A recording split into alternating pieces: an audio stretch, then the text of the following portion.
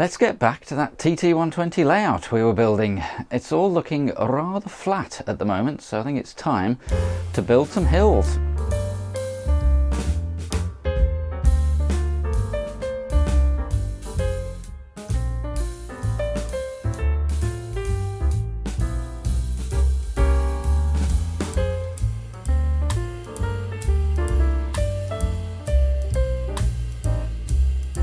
Hello there, welcome back to Simon's Shed, and yes, it is time, after a few distractions from various things, Hornby DCC chips and so on, it's time to get back to the TT120 layout we were building. First of all, apologies if you can hear the rain on the shed roof. Nothing I can do about that, and it's not forecast to stop for a rather long time, so we'll just plough on. But yes, we really need to build up the ground level so that we can put the scenery on it and decide how we're going to do that. So let's take a look. Now that I'm happy with the track and we've got our ballasting done, we can move on to the next stage. It's obviously all looking a bit flat at the moment, so need to put some scenery down. And before we do that, we need a ground level, obviously, to put the scenery on. Over here, there's going to be a tunnel here and a tunnel here, so this bit's going to be built up and it's going to taper down there, and then it's going to come back up, and most of the edge bits are sort of higher than the level of baseboard, so we're going to need something to stop the sort of hills falling off the edge of the baseboard. So I found some old 9mm plywood, and I've started cutting out shapes, so that one's for the back along there. Not going to do a backboard on this layout because the way it's going to be stored, I don't really have the height once it's folded against a wall. If I put backboards on with a back scene, it would be too tall to store it, and also it keeps it a bit simpler as well. But if you are having backboards, then you don't really need to sort of shape these boards. You just cut them off square and it would stick along there, and you just stick a back scene, paint some clouds, whatever you want to do along the back. So I'm going to carry on cutting these out and tidy them up with some sandpaper, and I'm going to screw and glue them down to the layout. I got my jigsaw that I've been using to cut out the pieces of wood, and we're back to the Gorilla Glue. Just to clarify on this, because I keep mentioning Gorilla Glue and a few people have commented that it sort of goes yellow and certain issues with it.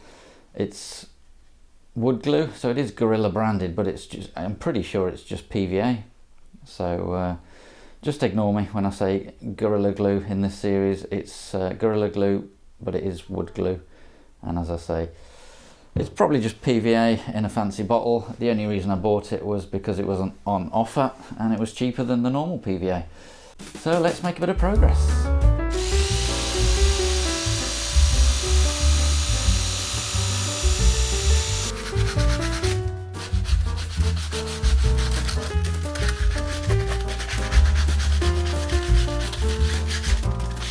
So once the wood's cut and sanded, pretty old tatty piece of plywood, so I've sanded off this side, which will be seen, and this side won't, so it doesn't matter. I'm literally just sticking it against the edge, and I'm actually gonna cut away the foam.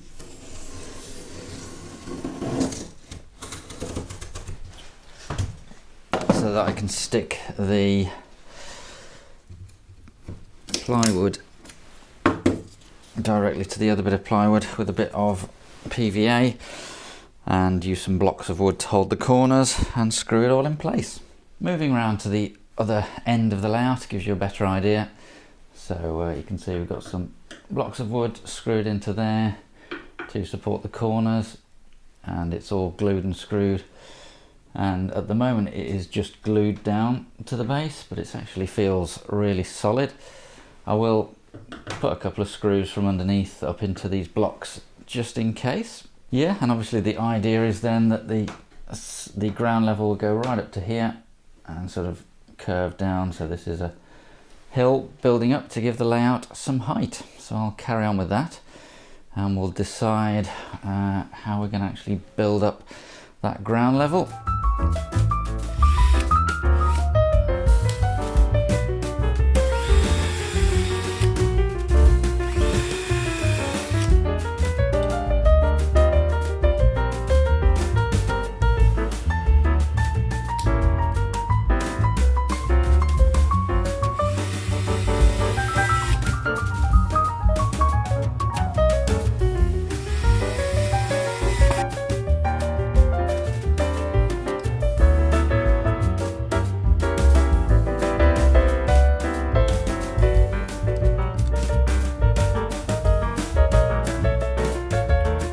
So that is both ends now done, and I've started to put some, they're not tunnel portals, but they are the thing that the tunnel portal will stick to.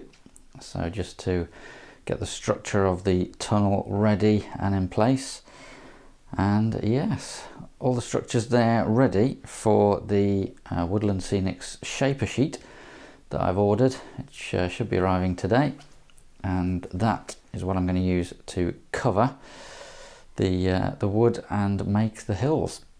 So as I say, these are just to provide the sort of support underneath the scenery and to stick the tunnel portals to.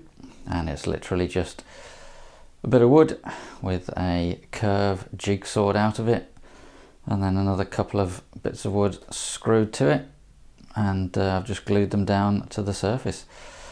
Simple as that, but should do the job nicely. And as you can see, I have left a very, very big gap, a lot of clearance for the to make sure the coaches can get through as they're on the curve. Always worth testing that. So as mentioned in the previous bit, I've chosen to sort of form the surface of the landscape with Woodland Scenics shaper sheet. There are many other ways to do it. A good cheap way to do it is just scrunched up newspaper and strips of PVA soaked newspaper on top. The reason I've chosen this is simply because I've used it before and I really enjoyed using it and it worked well. So I'll show you how it works. It's essentially a foil backed sheet that you can shape into whatever shape you want, and it stays there, and you peel this off and it is sticky. So for example, what we're doing is basically that. We're going to stick it to the edge.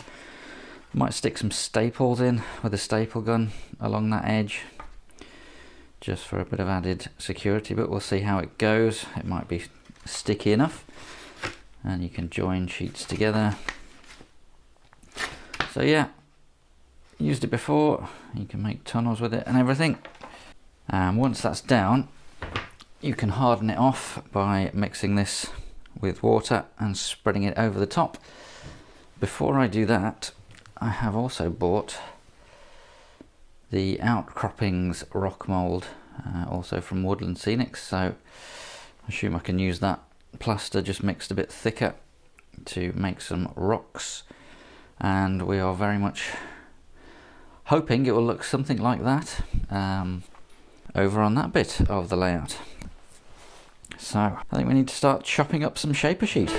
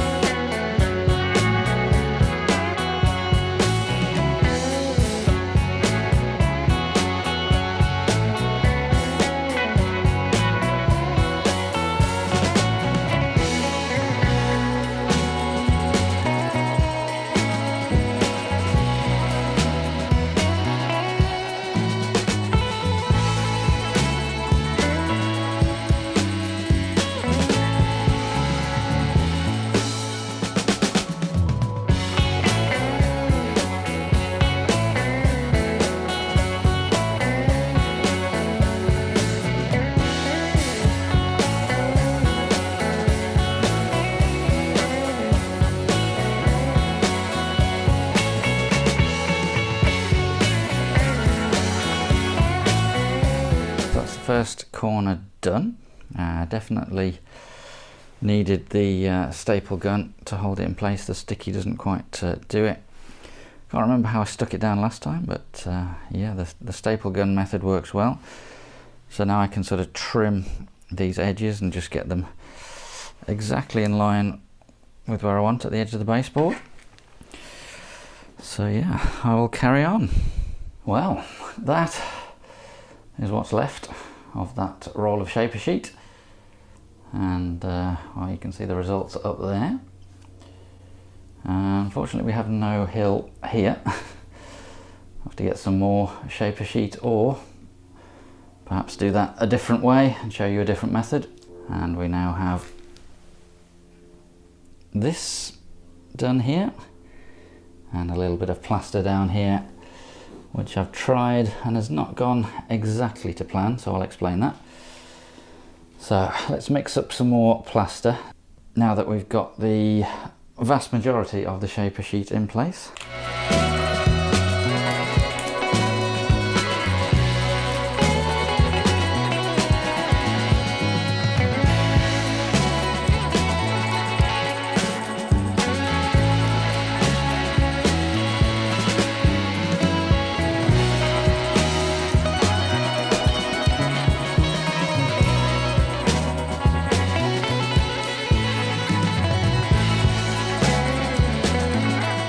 Okay, that's finally started to thicken up. It took quite a lot more plaster than I thought, but yeah,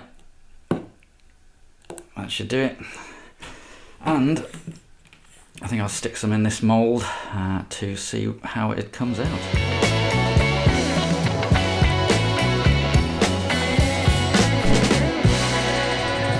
So applying the plaster is really quite simple, and I would advise just get stuck in, use your fingers, and have fun getting messy with the plaster. If you want smooth rolling hills like we do here, there is a bit of a trick to that. You need to keep checking it until it's just about to go off, go hard, and just before it does, then you need to just spray a bit of water and just smooth it out with your fingers again. But that's all about timing. That's kind of what went wrong over the other side a little bit. I tried to smooth it out when it was still too wet, and then next time I checked it had gone completely rock hard, so there's a bit of timing involved there. But let's have a go with this bit. Literally just going to pour a load on.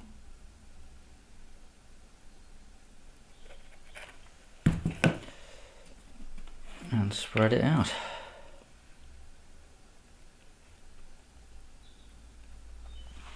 You can also spray the sheet with water first, that does help a bit.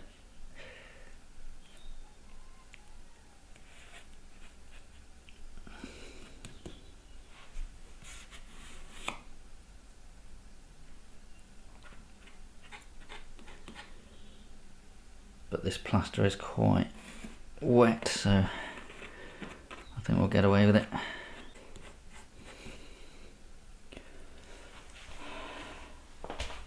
Right, you see what I mean? There, it's all covered, but if we try and smooth this bit out, it's too wet and it just makes it worse, so you're better off just leaving it until it's almost set.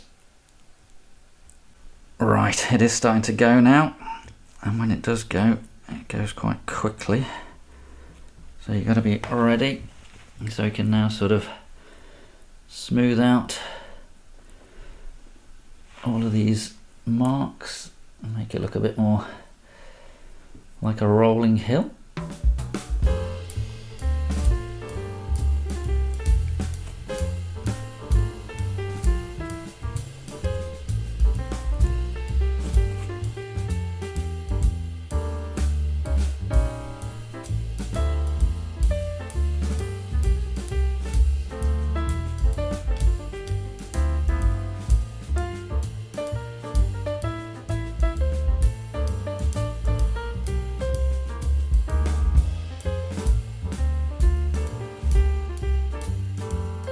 So you get the idea, just wet your finger and just smooth it out until it looks how you want it to look, and keep playing with it.